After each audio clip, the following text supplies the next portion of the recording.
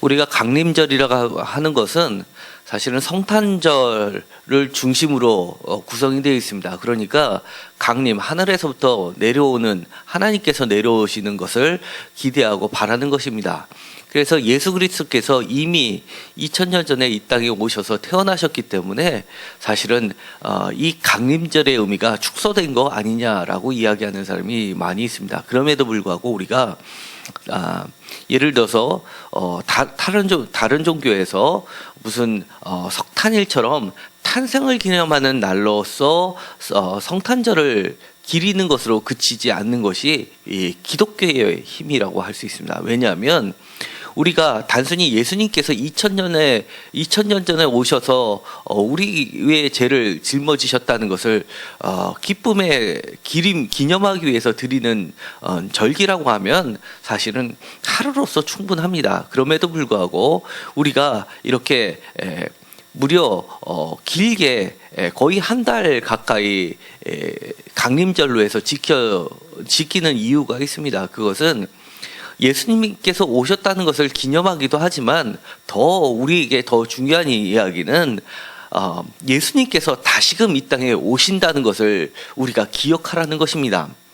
그래서 이 강림절에 우리가 반드시 기억해야 될 것은 다시 오실 예수님을 우리가 어떻게 준비하면서 삶을 살아야 되는지를 우리가 반드시 기억하고 우리 자신을 돌아봐야 되는 기간으로 삼아야 되는 겁니다. 그렇지 않다 그러면 사실 성탄절은 그렇게 큰 의미가 없어지게 됩니다. 오늘 있었던 베드로전서와 후서는 그야말로 우리가 마지막 때를 어떻게 준비하고 살아야 되는지를 아주 핵심적인 말로 요약해서 그려내고 있습니다. 그래서 이 강림절 때는 이 베드로전서와 후서를 끊임없이 반복해서 읽는 것이 매우 우리의 신앙생활에 도움이 됩니다. 우리가 베드로전서를 쭉 1장만을 읽었지만 한 절 한 절을 우리가 보면 어느 정도의 신앙이 있는 사람은 굳이 이것이 설명을 안 해도 우리 마음속에 콱콱 박히게 됩니다. 이 베드로전서에서 예수 그리스도를 소개할 때 한마디로 이야기하면 바로 3절에 산소망이라고 이야기를 하고 있습니다. 예수께서는 우리에게 산소망이 되신다라고 이야기하면서 이 산소망을 다른 말로 표현하면 9절에 있는 영혼의 구원이라는 말로 다시금 반복해서 이야기를 합니다. 그리고 나서 13절에 보면 우리가 마음의 허리를 동이고 근신해서 예수 그리스도께서 다시금 나타나실 때를 준비하라라고 하면서 그때는 바로 은혜의 때라는 말씀하고 있습니다. 그러면서 우리를 부르신 목적이 15절에 보면 거룩하게 하시려고 하셨기 때문에 우리가 모든 행실에 대해서 거룩해야 된다라고 이야기를 하고 있는 겁니다. 왜 우리가 거룩하냐라고 했을 때 19절에 이렇게 이야기합니다.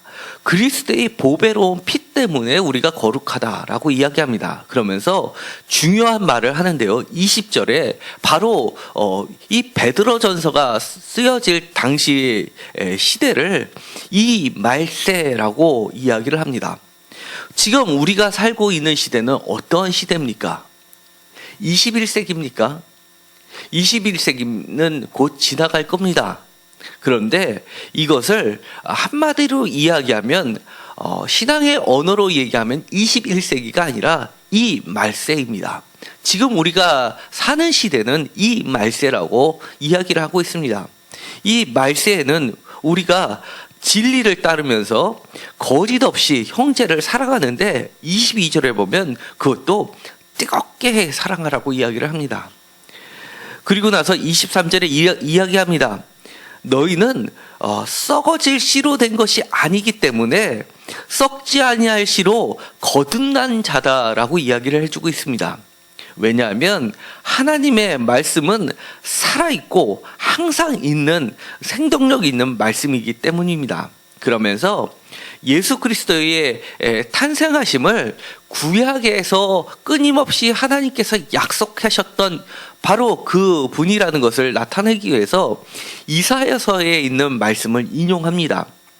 모든 육체는 풀과 같고 그 모든 영광은 풀의 꽃과 같으니 풀은 마르고 꽃은 떨어지되 오직 주의 말씀은 세세토록 있도다라는 이 이사야서 40장의 말씀 6절에서 8절까지 이르는 말씀을 인용해서 선언하고 있습니다. 그러면서 지금 자신이 쓰고 있는 이 편지가 이 복음이 곧 이 말씀이다라고 이야기를 해주고 있는 겁니다.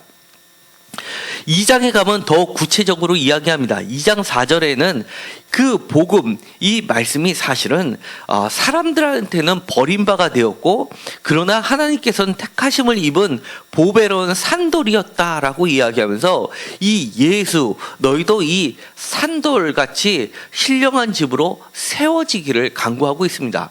그러니까 이 중요한 표현은 우리가 산돌이신 예수님을 믿음으로써 우리 자신도 산돌처럼 그렇게 신령한 집으로 세워진다라고 이야기를 합니다.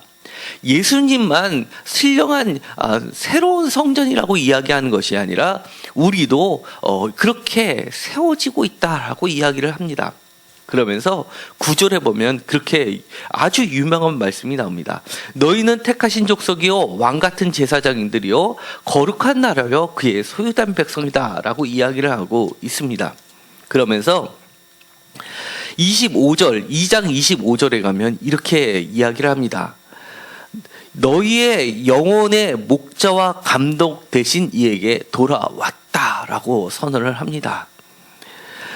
여기서 목자와 감독이라는 말은 지금 우리가 사사기를 하고 있는데요.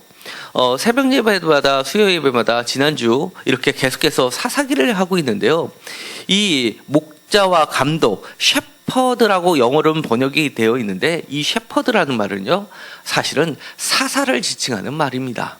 히브리 원어를 헬라어로 바꿨을 때 이 셰퍼드라는 말이 사용이 되는데요. 이 셰퍼드는 바로 사사를 지칭하는 말입니다. 사사기 6장에 보면은요. 하나님의 사자 6장 20절에 보면 기드온에게 나타난 하나님의 사자가 나옵니다. 하나님의 사자가 그에게 이르고 고기와 무교병을 가져다가 이 바위 위에 놓고 국을 부으라 하니 기드온이 그대로 하니라 라고 되어 있습니다. 국을 붓는 모습을 봐서는요 꼭 엘리야가 바알의 선지자들과 싸울 때 잘 타지 않게끔 물을 부어라 라고 하면서 그 물에 젖은 것을 가지고 싸그리 하나님의 불이 임해서 태워버리고 말라 비틀게 하는 그런 모습을 상정하게 합니다. 기드온이 그대로 하니까 여호와의 사자가 손에 잡은 지팡이 끝을 내어 고기와 무병에 대니 불이 바위에서 나와서 고기와 무병을 살렸고 여호와의 사자는 떠나서 보이지 아니한지라라고 되어 있습니다. 바위에서 나왔다는 것은 바로 예수 그리스도인 산돌을 생각나게 만드는 단어이기도 합니다. 그리고 그곳에서 불이 나와서 모든 것을 살렸고 더 이상 보이지 않고 사라지게 됩니다. 그러자 기드온이 여호와의 사자인 줄 알고 내가 주 여호와를 대면하여 보았다라고 이야기하면서 자기는 죽게 되었다라고 슬피 우는 장면이 나오게 됩니다. 하나님께서는 보이지 않으시는 분인데도 불구하고 기드온은 끊임없이 보이는 징표를 요구했던 자입니다. 제가 지난 수요 예배 때 기드온에 대해서 대략적인 말씀을 드렸습니다.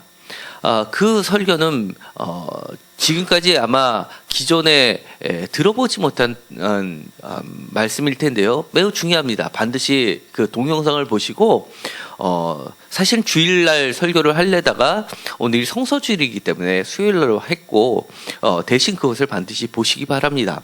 기드온을 저는 한마디로 이야기하면 기준미달 사사라고 칭했습니다. 우리가 어렸을 때 주일학교에서 기드온과 삼백용사에서 매우 영웅적인 모습으로 그렸지만 사실은 사사기에서 이야기하고 있는 기드온은 사사의 꽃 중의 꽃은 드보라로 이야기했다면 드보라 바로 다음에 나오는 이 기드온이라는 사람은 그야말로 기준 미달, 함량 미달의 사사를 이야기하고 최고절에 달았던 변곡점을 이루고 그야말로 타락하는 사사의 첫 번째 사사를 지칭하는 게 바로 기드온입니다.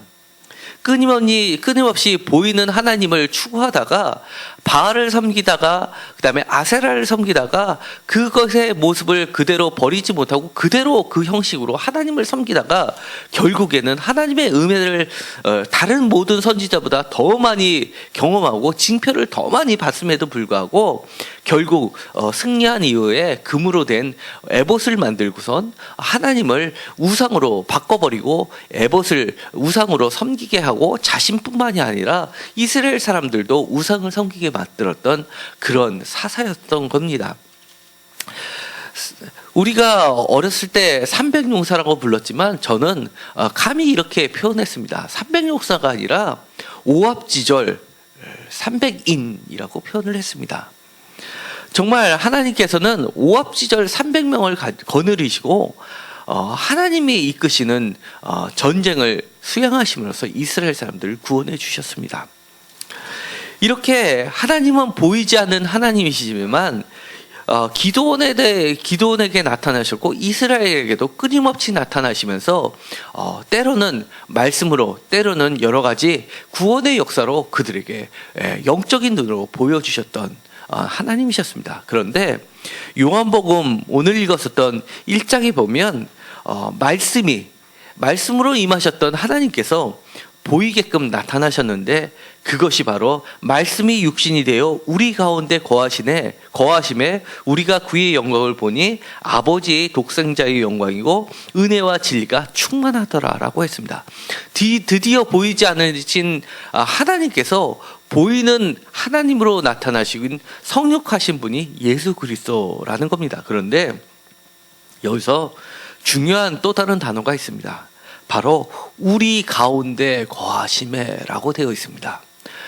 예수님께서는 2000년 전에 이 땅에 오셔서 우리의 죄를 짊어지시고 십자가에 달려 돌아가신 후 하늘나라로 가셨습니다.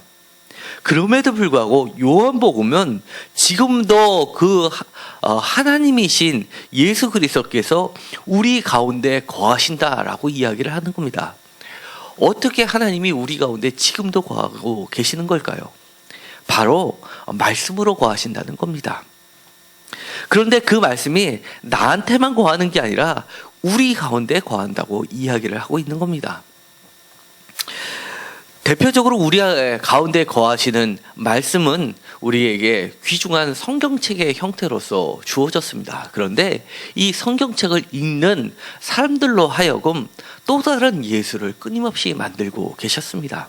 우리는 하나님의 말씀을 대할 때 어떠한 심정으로 대하고 있습니까? 우리나라는 하나님의 특별한 은혜를 받은 민족입니다. 전 세계 통틀어서 선교사가 들어오기 전에 성경책이 먼저 들어와서 이미 세례받을 준비가 되어 있었던 사람들이 잉태됐던 나라는 전 세계 조선, 우리나라 말고는 없었던 전무후무한 그런 나라가 되었습니다. 그래서 우리나라는 지금도 성경책을 전 세계에 가장 많이 배포하는 국가가 되었고 기독교 인구로 치면 세계 3위가 되었습니다. 선교사 파송국으로 하면 세계 2위입니다. 그리고 성경책을 배포하는 국가로는 세계 1위입니다. 우리나라에는 얼마나 많은 성경책이 잘 만들어지고 있습니까? 그리고 많은 번역본이 나왔습니다. 어떻게 했길래 성경책이 먼저 만들어졌을까요? 오늘은 성서주일인데요. 잠깐 동영상을 보도록 하시겠습니다. 이 성경책을 한번 보시겠습니까? 이 성경책은 이수정이 번역한 성경이 아니고요. 한문 성경을 북한말로 사투리로 해가지고 발간이 됐던 순한글 성경입니다. 이것이 번역서로는 최초의 성경이 되고요. 이수정의 성경보다 2년 일찍 이루어진 겁니다. 그런데 이 성경책, 우리 믿음의 선조들은 어떻게 하나님의 성경책을 읽어왔을까요? 이 성경책을 대하는 태도가 틀렸다는 겁니다. 기본적으로. 이 성경책을 봤을 때, 뭐 색다른 거가 보이십니까?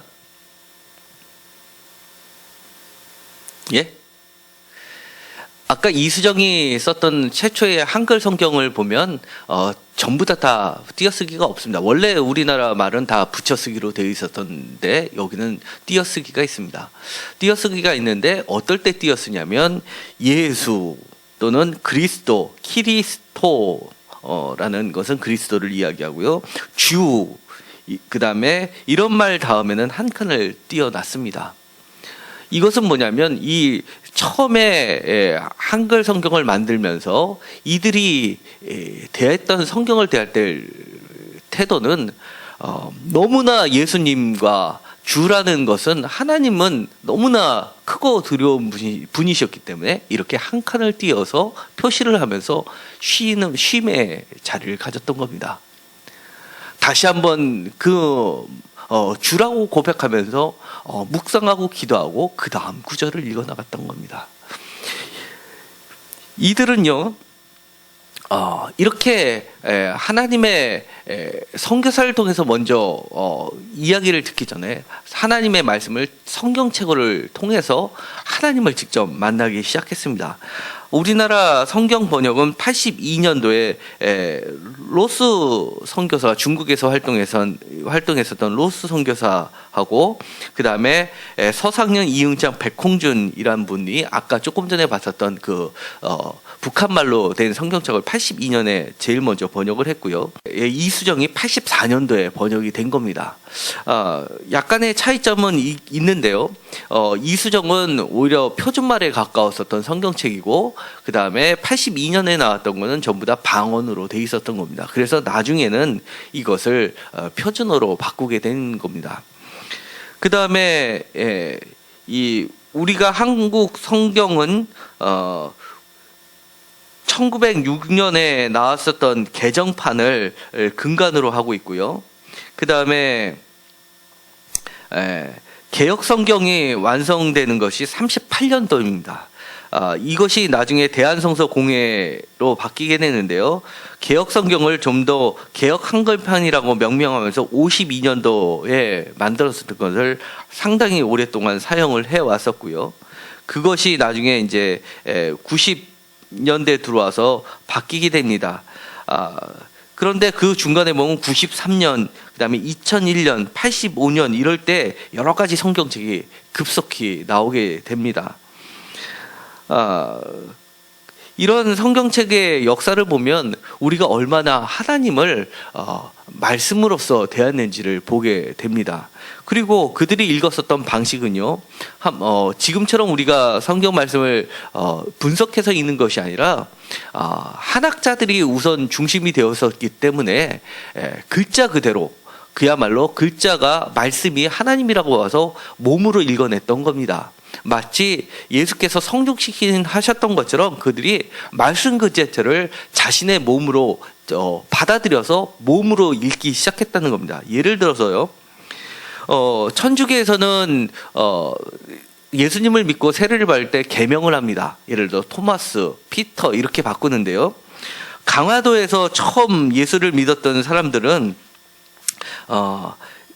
이렇게 고백을 했다고 합니다. 이제 우리가 세례를 받는데 이제 성경에 써있기를 우리가 다 한 형제라라고 했으니까 우리가 이제는 정말 한 형제처럼 삽시다라고 하면서 제일 윗 어른들이 교회 세례받는 사람들 다 불러놓고 회의를 했습니다. 그리고 나서 우리가 한 형제이니 같은 이름을 쓰는 것이 맞다라고 하면서 성을 바꾸는 것은 조상의 뿌리를 바꾸는 거니까 바꿀 수는 없지만 우리가 돌림자를 같이 씁시다라고 해서 끝에 한일자를 이름을 만들고요. 중간에 있는 이름을 성경에 있는 글자들을 다 따왔습니다. 예를 들어서 사랑 애자, 능력 능자, 믿을 신자, 은혜 은자, 그 다음에 충성 충자, 거룩할 성자 이런 것들을 봉사 봉자 이런 것들을 다 적은 적은 다음에 그걸 쪽지에다 적은 다음에 함에다 놓고 그것을 돌아가면서 하나씩 뽑게 했습니다. 뽑고 나서 그들이 이름을 개명을 한 겁니다. 예를 들어서 충자를 뽑았으면 그 사람의 이름은 충일이 됩니다. 신자를 뽑았으면 신일이 됩니다. 사랑 애자를 뽑았으면 애일이 됩니다. 이렇게 해서 그 교회, 그 마을에 교회가 탄생했는데 그 교회에 다니는 사람들의 이름은 뒷자가 전부 다 일자로 끝나는, 그리고 가운데 글자는 성경의 글자를 따서 한 식구가 돼버렸습니다. 이렇게 이들은 하나님의 말씀을 읽으면서 이것은 책이다라고 하는 것이 아니라 이것이 하나님의 말씀이고 내가 그 하나님의 말씀을 받았으니까 이것을 온전히 몸으로 실천하면서 읽었던 겁니다. 그 다음에 우리나라 최초의 머슴 출신의 목사님이 나오게 됩니다. 창식이라는 분인데요. 성은 김씨입니다. 김창식인데 머슴 출신이다 보니까 목사님이 됐는데도 주변 사람들이 창식이 이렇게 불렀습니다. 그런데 이분이 영문으로 이름을 만들 때 어떻게 만들었냐면 김창식이라고 해서 뒤에 이자를 붙였습니다. 사람들이 자꾸 창식이라고 부르니까 이 사람이 목사님이 돼서 외국의 선교사들과 여권을 만들어줄 때 창식이에서 이자를 하나 더 만들어준 겁니다. 그래서 왜 이 이자를 만들었습니까? 라고 하니까 이 김창식 목사님은 이렇게 얘기했습니다. 성경에 보면 하나님의 종으로 저를 불러주셨는데 제가 지금 목사님이 되었지만 평생 하나님의 종으로 머슴으로 살겠습니다. 낮은 자의 자세로서 살겠습니다. 라고 하면서 자신의 이름을 이자를 붙여서 개명을 했습니다. 김창식이라고 했습니다. 이것이 바로 우리의 믿음의 선조들이 성경책을 대하고 읽고 실천했던 방식들입니다. 우리는 어떤 태도로 하나님을 믿고 있습니까? 하나님을 믿는다는 것은 바로 성경에 쓰여져 있던 하나님의 말씀을 하나님으로 대하는 것입니다. 이렇게 몸으로 읽기 시작하고 뜨겁게 사랑하면서 그렇게 하나씩 실천해 나갈 때 우리가 진정한 그리스도인으로 바뀌게 될 줄 믿습니다. 오늘은 성서주일입니다. 제가 이렇게 베드로전서 1장을 길게 읽었지만 오히려 이것이 어떤 토를 다는 것보다 이 자체가 너무나 소중한 설교의 풀이가 될 줄 압니다. 성경을 번역했던 이수정에 대해서 동영상을 잠깐 보았습니다. 그런데 이수정은 번역을 할 때 모르는 말들이 너무 많았습니다. 예를 들어서 포도나무, 요한복음에 있는 포도나무 비유를 보면서 무슨 이야기인지 몰랐습니다. 그럼에도 불구하고 번역을 했습니다. 그리고 나서 나중에 선교 대회에 나가서 이렇게 이야기합니다. 자기는 포도나무가 무엇인지 모릅니다. 왜냐하면 포도나무는 훨씬 나중에 들어왔던 품종이었습니다. 그러니까 이수정은 포도나무라는 것을 본 적도 없고 포도 열매를 먹어본 적이 없습니다. 그런데 그 말씀을 읽으면서 본인이 이렇게 이야기합니다. 나는 내 안에, 너는 내 안에 거한다는 이 포도나무의 비유가 무슨 뜻인지는 모르지만 제가 보기에는 이것은 등잔불과 불과 같은 이야기로 받아들였습니다. 라고 이야기합니다. 그에게 있어서는 등잔불은 오히려 서양 사람들보다 너무나 쉽게 이해할 수 있는 도구였습니다. 그러면서 믿음을 이야기할 때 이렇게 이야기합니다. 등잔불 안에 불이 있음에도 불구하고 거기에 심지가 있음에도 불구하고 그것에 불을 갖다 붙여야지만 밝은 빛이 끊임없이 나오는 것처럼 바로 이 믿음이라는 것은 그런 것입니다. 라고 고백을 합니다. 그러면서 이 믿음의 내 마음의 심지를 예수 그리스도의 등잔불에다 담금으로써 끊임없이 예수의 빛이 나를 통해서 나오는 것처럼 믿음은 바로 내 자신을 태우는 것입니다.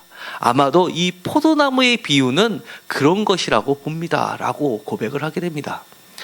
그야말로 우리가 성경책을 낼 때 다 알지는 못하지만 성령님의 인도하심을 따라서 그는 성경책을 읽어댔고 그리고 그것을 자신의 것으로 소화해서 자신이 믿음을 그저 추상적으로만 보았던 게 아니라 자기 자신을 태우는 도구로 보았던 겁니다.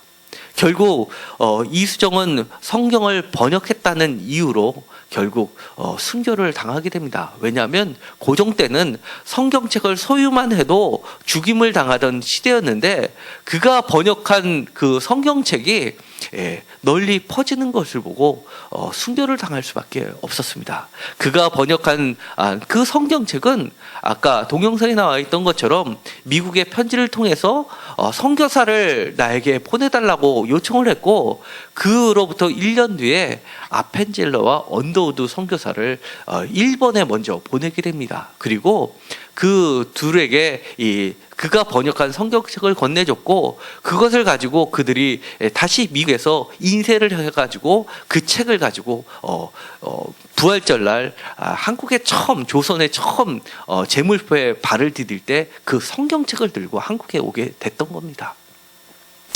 이수정은 처음에 성경책을 번역하라는 그런 선교사의 제안을 받았을 때 기도하던 중에 한밤에 꿈을 꾸었다고 합니다. 처음 보는 낯선 두 사람이 나타나더니만 조선에서 가장 귀한 보물을 들고 왔다라고 하면서 보자기에 싼 두 뭉치를 건네주었다는 겁니다. 그것을 펼쳐봤는데 그것이 성경책이었다고 합니다. 그리고 나서 그가 편지를 썼고 서양에서는 그를 조선의 마케도니아인이라고 불렀다고 합니다. 그리고 나서는 그 꿈대로 자신이 번역한 성경책이 한국의 최초로 선교사 처음 보는 낯선 사람의 손에 들려져 있는 성경책이 보급이 되기 시작한 겁니다. 이처럼 하나님의 역사는 전 세계에 전무후무한 기적 같은 사건으로서 조선의 땅에 불을 밝히기 시작했고, 그것이 오늘 우리의 손에 들려지게 된 바로 성경책입니다. 오늘 참석하신 저와 여러분은 좀 더 성경책을 하나님으로 귀하게 받들면서 읽게 되기를 바랍니다. 눈으로 읽고 마음으로 읽고 그리고 몸으로 읽는 그런 우리 믿음의 선조들의 전통을 이어받아서 예수님처럼 성육신하는 우리들이 되었으면 좋겠습니다. 기도하고 마치기로 하겠습니다. 하나님 감사합니다.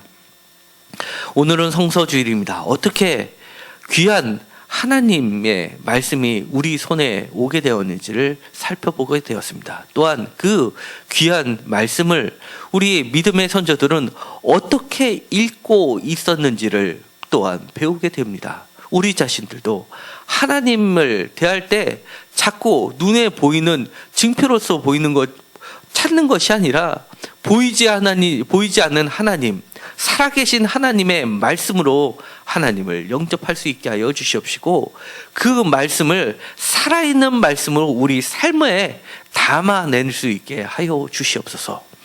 더욱 뜨겁게 형제를 사랑할 수 있게 하여 주시옵시고, 예수 그리스도를 전하는 자들이 되게 하여 주옵소서. 하나님의 말씀이 우리의 산 소망이 되게 하여 주시옵소서. 예수님의 이름으로 기도드렸습니다. 아멘.